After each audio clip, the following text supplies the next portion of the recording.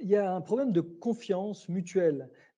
C'est vrai pour un certain nombre de pays, il peut y avoir une certaine arrogance de la part des pays européens vis-à-vis de la Chine ou d'autres pays en matière de veille sanitaire.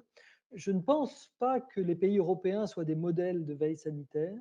Par exemple, la France aujourd'hui rapporte quelque chose comme peut-être moins de 10 000 cas par jour, mais en réalité, peut-être qu'il y a 100 000 cas par jour.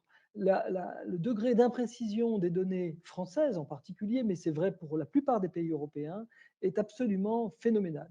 Donc je ne sais pas si les pays européens sont très avisés de, voilà, de douter des données chinoises, ils peuvent déjà douter de leurs propres données. Ils savent très bien poster des données de séquençage de très grande qualité.